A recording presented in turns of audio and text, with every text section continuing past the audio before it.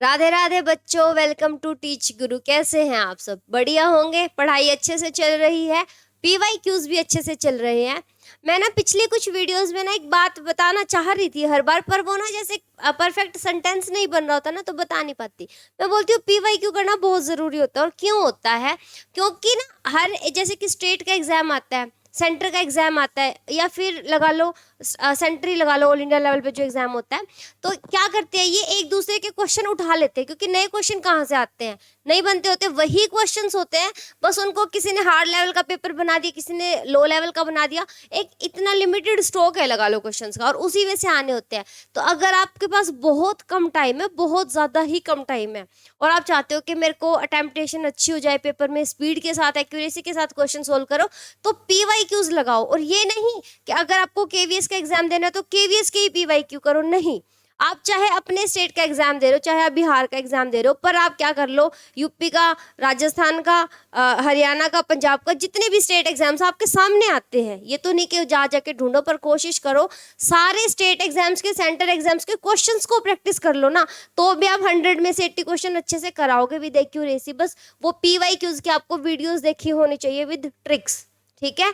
तो ये होता है अगर किसी भी बच्चे के पास ये है कि मैं पूरा कोर्स नहीं पढ़ पा रहा हूँ, नहीं खरीद पा रहा हूँ, मेरे पास नहीं है इतना बजट, तो अगर आपको कहीं से भी अगर पीवाई क्यूज भी मिल रहे हो ना, सिर्फ क्योंकि देखो मेरे पास नहीं है तो मैं ये कहूँ कि मेरे पास है, सारे यहाँ से कर लेना। मैंने गिन चुन के 3-4 पेपर के सोल्यूशन कराए हैं अब तक, राइट नाउ। तो अगर आपको कहीं से भी मिलते हैं तो सिर्फ और सिर्फ पीवाई क्यूज भी आप कर जाओगे ना, तो आपका जो पेपर है वो बहुत अच्छे लेवल तक क्रैक हो जाएगा। ठीक है बच्चों, ये थी एडवाइस। जो भी बच्चा वीडियो देखे, और मैं ईमानदारी से बता देती हूँ मेरे पास अभी इतना कंटेंट नहीं है। अगर पीवाई क्यू होंगे तो स्पेशल एक वीडियो बना के डाल देंगे कि ये है वो सारे पीवाई क्यूज, कि अगर इनको भी करके चले जाओगे तो 100 में से 60-70 नंबर आप अच्छे से बना पाओगे। ठीक है बच्चों, और हम जो कर रहे हैं वो है एसएससी टीजीटी चंडीगढ़ का पेपर का सोल्यूशन, जो 2023 में हुआ था, और उसके हमने 6 पार्ट कर लिए हैं। 7th पार्ट पे हम आ जाते हैं। तो क्वेश्चन देखो भाई, आपको पहला क्वेश्चन आपको नजर आ रहा होगा अपने फोन पे, किस चीज का क्वेश्चन है? लिमिट का एक क्वेश्चन है, 12th क्लास का है। सोल्व कर लेते हैं। ये देखो, एक जब मैं क्लास में कराया था मैंने तो बोला था जुगाड़ू एडजस्टमेंट के क्वेश्चन आते हैं, और ये हर पेपर में आपको एक तो मिलता ही है। इसके लिए आपको 4 से 5 जो स्टैंडर्ड लिमिट्स होती है वो याद रखनी होती है, और वो भी मुश्किल नहीं है। तो जब आप इसको सोल्व करते हैं तो सबसे पहले देखो, लिमिट x टेंड्स टू 0 है, तो ऊपर वाले का फॉर्मूला सोल्व करना होता है 2 साइन स्क्वायर x/2 हो जाता है। अपोन में देखो एक x है, और यहाँ मेरे पास है log ऑफ 1 + x। तो आप जानते हैं क्या जानते हैं कि x यहाँ लगा दूं तो ये 1 बन जाएगा, तो एक x यहाँ लगाया तो यहाँ भी लगाना पड़ेगा, क्योंकि पप्पा का क्वेश्चन तो है नहीं, पप्पा का सवाल तो है नहीं कि अपनी मर्जी से कुछ कर देंगे। जो आपने डिवाइड किया वो मल्टीप्लाई करना पड़ेगा, जो ऐड करे वो सब्ट्रैक्ट करना पड़ेगा। ठीक है, ये होते हैं मैथ के रूल्स, हमारी मर्जी का मैथ नहीं है। तो करो भाई, अब x से मल्टीप्लाई डिवाइड कर दिया, ये तो बन गया 1, तो अगर मैं इसको गायब कर दूं कोई दिक्कत तो नहीं है? कोई दिक्कत नहीं है। और x का भी हिसाब बराबर कर दिया, जो मल्टीप्लाई किया डिवाइड हो गया। अब यहाँ स्क्वायर है, देखो अब आप कहोगे स्क्वायर कहाँ है मैडम? ये जो x इसके ऊपर स्क्वायर लिखा है, यहाँ पे स्क्वायर है, उसको मैं ऐसे लिख दूं तो कोई प्रॉब्लम है? नहीं ना। तो अब यहाँ पर देखो x का स्क्वायर है तो ये रहा भाई, डिवाइड में 4 आ रहा है तो 4 से मल्टीप्लाई 4 से डिवाइड कर दूं, कोई दिक्कत नहीं ना। अब आप जानते हैं, क्या जानते हैं कि ये जो है ये बन गया 1, तो क्या बचा 2/4, और ये कितना बन जाता है 1/2, और 1/2 कहाँ है? ये रहा बी ऑप्शन।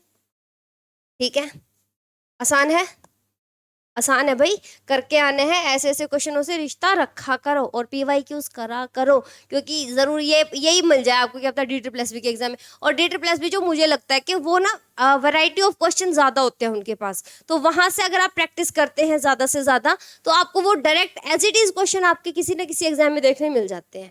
ठीक है, तो जैसे कहते हैं सुपर सेट है, वो सुपर सेट है हर एक एग्जाम के सिलेबस का। फंक्शन है भाई, अगला क्वेश्चन देख लो, x + 1/x। अच्छा, इसके अंदर निकालना क्या है? एक x बिलोंग करता है 1, 3 के क्लोज इंटरवल पे, the value of c for the mean value theorem. इसने लिख दिया कि मीन वैल्यू थ्योरम का यूज कर लो, तो अब तो कुछ बचा ही नहीं ना। क्या नहीं बचा भाई? f ऑफ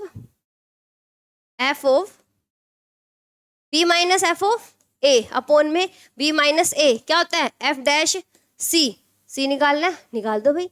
क्या करना है? अच्छा, इसका डेरिवेटिव कर लो पहले तो, क्योंकि f' तो करना पड़ेगा, 1 - 1/x² हो गया। अगर मेरे को f' चाहिए तो मेरे को यहाँ पे c लिखना पड़ेगा।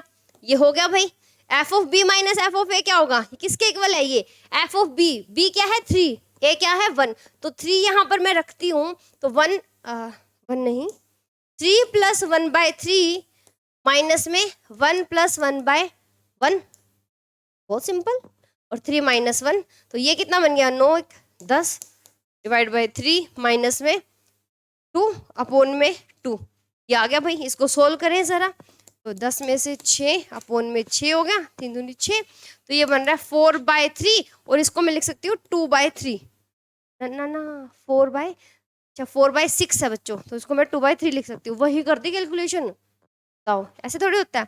अब देखो आगे सोल्व कर लो इसको, थोड़ा सा सोल्व करते तो आंसर आई वाइट ही ले लो भाई।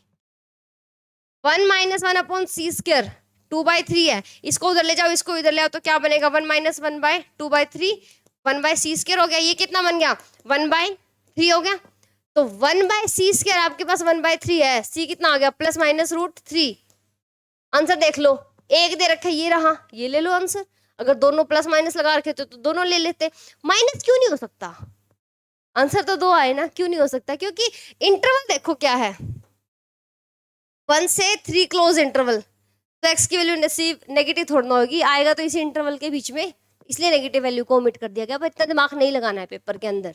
जब ऐसे ऑप्शंस आ जाते हैं, देखो हम बताते भी है करते करते कि ऐसा क्वेश्चन है, इसके अंदर आपको एक वैल्यू को नेग्लेक्ट करना है, पर वो कोई ना कोई कंडीशन बताई रही होती है कि इस वजह से इसको नेग्लेक्ट करना है।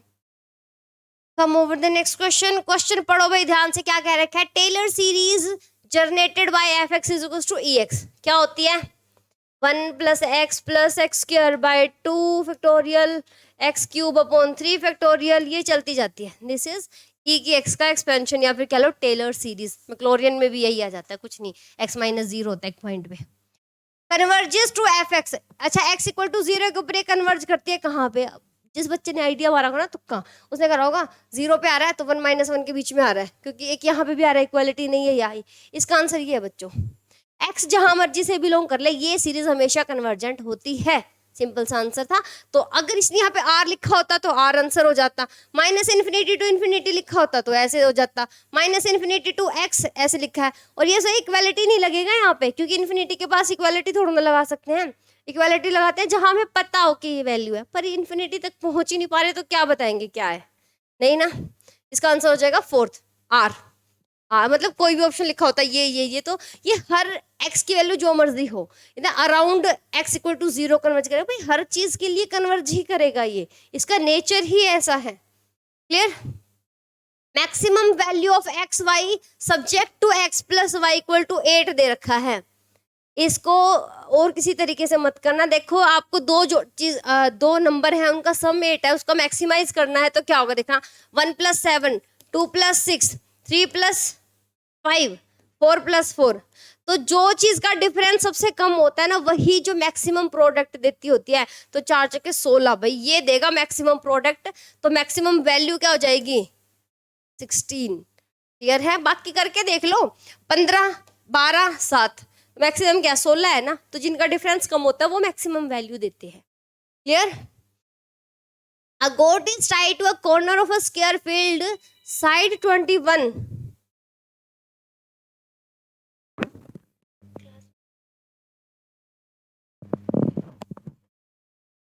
हाँ भाई एक गोट है जिसको टाई कर दिया गया है कॉर्नर पे, वो भी स्क्वायर के कॉर्नर पे, स्क्वायर बना ले, देखो इतना वक्त खराब करना नहीं है, मेरे पास है इसलिए मैं थोड़ा सा मजे मजे में कर लेती हूँ, स्क्वायर है, स्क्वायर लग रहा है, चलो है।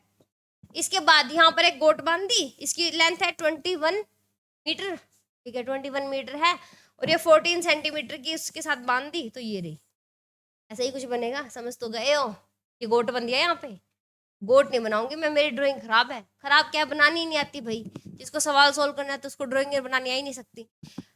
ओके आपको find the area of the square field that the goat can not graze, भाई जहां पे गोट घास नहीं खा सकती वो बताना है, क्या करो ये वाला एरिया बताना है, स्क्वायर वाले में से ये माइनस कर दो, स्क्वायर का एरिया ये है 14 मीटर, ये है मीटर, मीटर में चल रहा है सब कुछ, तो भाई आर स्क्वायर मतलब 21 का स्क्वायर माइनस में 1/4, क्योंकि देखो पूरे स्क्वायर का क्या है 1/4 हिस्सा है, तो पाई आर स्क्वायर, आर कितनी है 14, इसको भी गायब करो, इसकी भी वैल्यू रखो, कितनी है 22/7, क्योंकि इसे बताया तो है ही नहीं। वैसे तो पाई में देना चाहिए भाई, पाई ऐसी वैल्यू नहीं कि अपनी मर्जी से रख दे। पाई की अगर ये वैल्यू देता है तो लिखना है, अदरवाइज पाई को पाई ही रखा जाता है। पर अगर इसने वो कर रखा है तो हमें क्या दिक्कत है, ठीक है।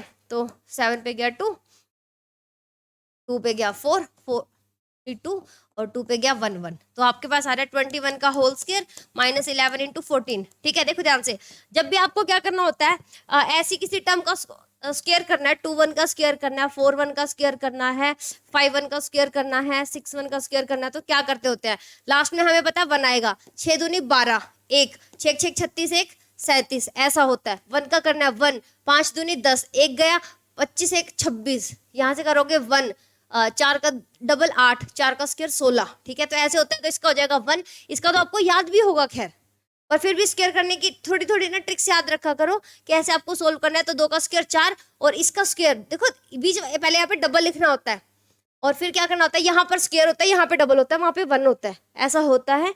तो जब आप यहाँ पे सोल्व करेंगे तो आप जानते हैं कि 4 4 1, यहाँ पे 1 आएगा, लास्ट में आ रहा है ना 1, माइनस में जब इनकी मल्टीप्लाई करोगे तो लास्ट में 4 दिखेगा। तो जब 1 में से 4 जाएगा, माने कि बेसिकली 11 में से 4 माइनस करें तो 7 बचेगा। 7 आप ऑप्शन में देखोगे कहाँ है, सिर्फ इसके पास है, तो ये बन जाएगा आंसर। अदरवाइज आप पूरा मल्टीप्लाई करके देख लेना, ये बना 1 5 और माइनस करोगे तो वो आंसर आ रहा है। ठीक है, पूरी कैलकुलेशन नहीं करनी है क्योंकि नेगेटिव मार्किंग है, टाइम कम है और शॉर्ट ट्रिक्स तो आपको यूज करनी ही पड़ेंगी। ठीक है बच्चों, आगे बढ़ो। एबीसीडी कोई स्क्वायर है भाई, उसकी साइड दे रखी है, 20 सेंटीमीटर का है, बना लिया भाई। उसके बाद ये कह रहा है what is the area of the least size square that can be inscribed with its vertices on the side ABC. भाई आपको एक ऐसा स्क्वायर इसके अंदर बनाना है जिसके जो पॉइंट होंगे, जो कॉर्नर होंगे, वो इसकी साइड पे लाई करे, और आगे भी एक शर्त रखिए कि लीस्ट साइज का होना चाहिए। तो वो भाई एक ही होता है, कौन सा, जो इसके मिड पॉइंट को बना के मिला के बनता है। तो जब ये पूरा 20 है तो हम जानते हैं ये 10 होगा, ये 10 होगा, ये 10√2 होगा, और इसका एरिया निकालना है तो इसका स्क्वायर हो जाएगा। स्क्वायर का एरिया निकालना है तो साइड का स्क्वायर हो जाएगा। तो 10 इंटू में 2 हो गया तो 200 आ गया, 200 मीटर स्क्वायर ये रहा। यहाँ पे पाइथागोरस लगाया, 10 का स्क्वायर 10 का स्क्वायर ऐड करके स्क्वायर रूट 10√2 आ गया। अब हम जानते हैं बीच वाला जो स्क्वायर है, स्क्वायर अभी स्क्वायर के अंदर मिड पॉइंट मिला तो स्क्वायर ही बनेगा ना, तो उसका एरिया निकालना है तो साइड का स्क्वायर, तो 10√2 का होल स्क्वायर करोगे 200 आ जाएगा आंसर। क्लियर, आगे बढ़े, चलो भाई। The cost of paving a floor with square tiles, भाई एक फर्श है उसके ऊपर टाइलें लगानी है, 7 रुपए की एक टाइल पड़ रही है, और खर्चा इसने दे रखा है हमें 2240 रुपए पड़ रहा है। तो फ्लोर की बात चल रही है तो भाई ए स्क्वायर हो जाएगा, है ना, स्क्वायर की बात चल रही है। What is the length of floor is twice. देखो ध्यान से, ऐसे करो, एरिया एरिया इंटू 7 से मल्टीप्लाई करोगे तो आपको 2240 मिल रहा है।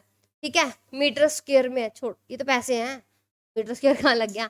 एरिया कितना आ जाएगा बच्चों, 2240 डिवाइड बाय 7। ठीक है, तो ये कितना मिलेगा, 0। ठीक है, एरिया आपके पास आ गया है।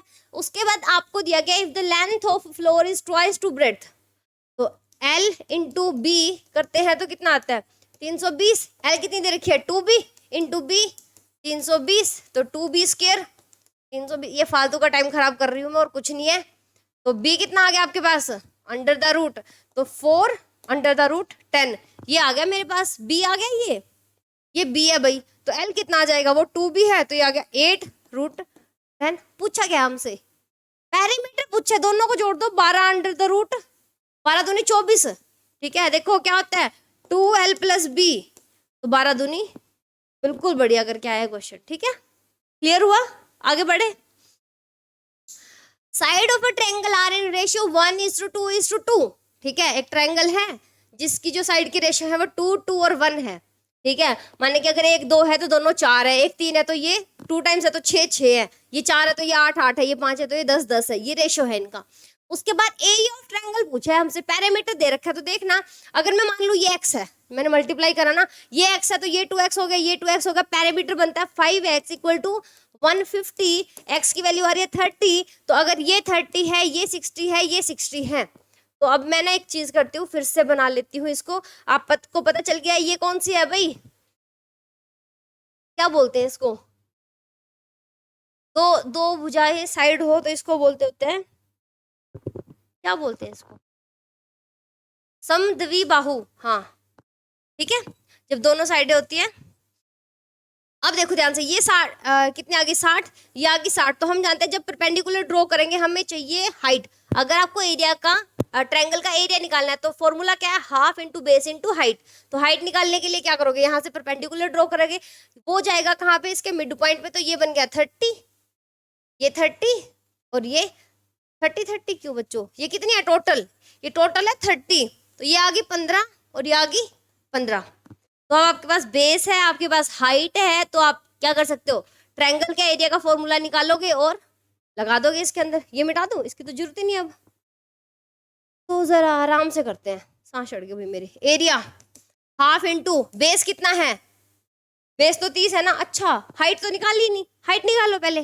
हाइट कैसे निकलेगा? 60 का स्क्वायर माइनस 30 का स्क्वायर, तो 3600। क्यों करें ऐसा? इसका स्क्वायर माइनस में 15 का स्क्वायर है, 15 का स्क्वायर, इसके स्क्वायर में से इसका स्क्वायर घटाना है, तो इसमें से 15 बाहर निकालो, तो 15 बच गया। अंडर द रूट में क्या बचा? 4 चौके 16 माइनस में 1। हाँ 15 बाहर निकालोगे 1 ही बचेगा, तो 15 under the root 15, 15 under the root 15 आ रहा है। ठीक है, दोनों में है तो 1 बचेगा। अब देखो बेस कितना है? 30, तो 15 अंडर रूट 15, तो इससे ये कट गया 15 और ये भाई ये आ गया आंसर। इन दोनों की मल्टीप्लाई कितनी? 2 2 5 अंडर द रूट 15, ये बन गया आंसर।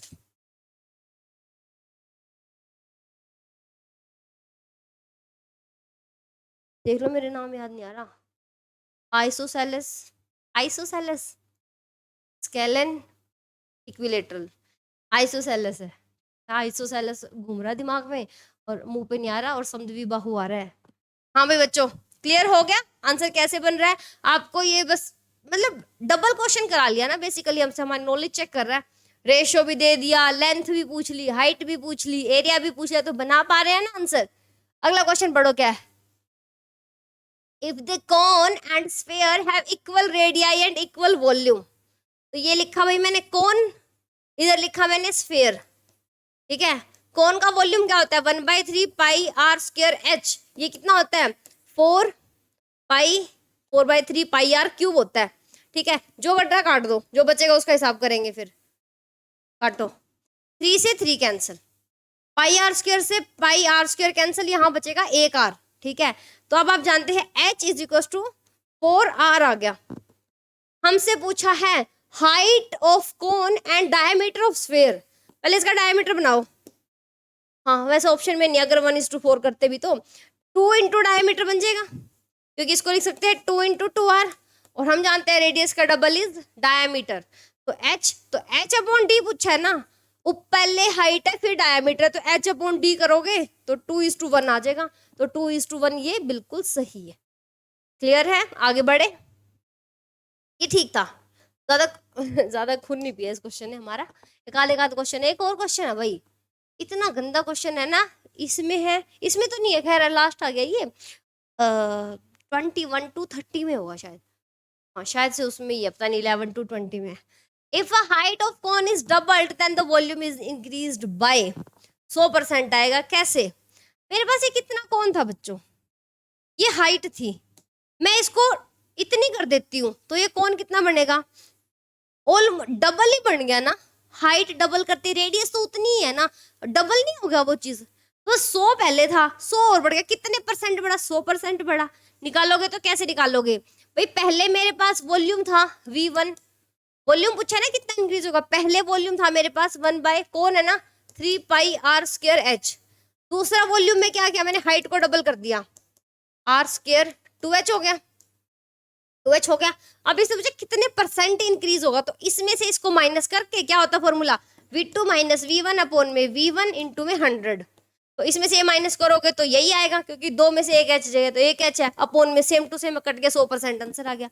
ये वाला आ गया आंसर, क्योंकि जब उस चीज को डबल कर दिया वो एक ही रेशो में थी, तो कितना आ गया? 100% आ गया। अगर कह देता 3h है तो 200% आ जाता, 200% बढ़ गया ना। यहाँ पे कितना बचेगा? 1 2 बचेगा, तो 2 इंटू 100 हो जाएगा, 200% बढ़ जाएगा। ठीक है बच्चों, उम्मीद है मुझे आपको समझ आ गए होंगे ये वाले क्वेश्चंस कैसे करने हैं। थोड़ा प्रैक्टिस ज़्यादा करें। अगर कुछ भी नहीं कर पा रहे ना, देखो कोई कोई चैप्टर ऐसा आ जाता है, कोई कोई चैप्टर हर एक बच्चे का इंटरेस्ट अलग होता है। अगर एक चैप्टर ऐसा आ गया भाई मेरे को बोरियत आ रही है, मुझे नहीं करना, लाइक अगर मैं कहूँ ना कॉनिक सेक्शन आता है, पैराबोला, हाइपरबोला, एलिप्स, उसमें लगभग बच्चा बोर होता है क्योंकि 11th में कोई नहीं ध्यान से पढ़ता। अगर किसी ने नीट की तो क्या कहूँ, जैम की, जेई की तैयारी करी है, उस बच्चे को आते हैं जेई मेन एडवांस की, उसको फिर भी पैराबोला एलिप्स बढ़िया आ रहा होता है। अगर नॉर्मल एक बच्चे की बात करें तो कोई नहीं 11th का मैथ ढंग से पढ़ता, तो उस बच्चे का वो कमजोर होता है। अगर कुछ नहीं करना तो सिर्फ उसके पीवाई क्यू लगा लो, उसमें से 2 क्वेश्चन तो आपको पीवाई क्यू सेम पेपर में दिख जाएंगे सामने। ठीक है बच्चों, तो ये सब था इस क्लास के लिए। पढ़ते रहे, आगे बढ़ते रहे, मिलते हैं अगली क्लास में। Thank you so much, bye bye.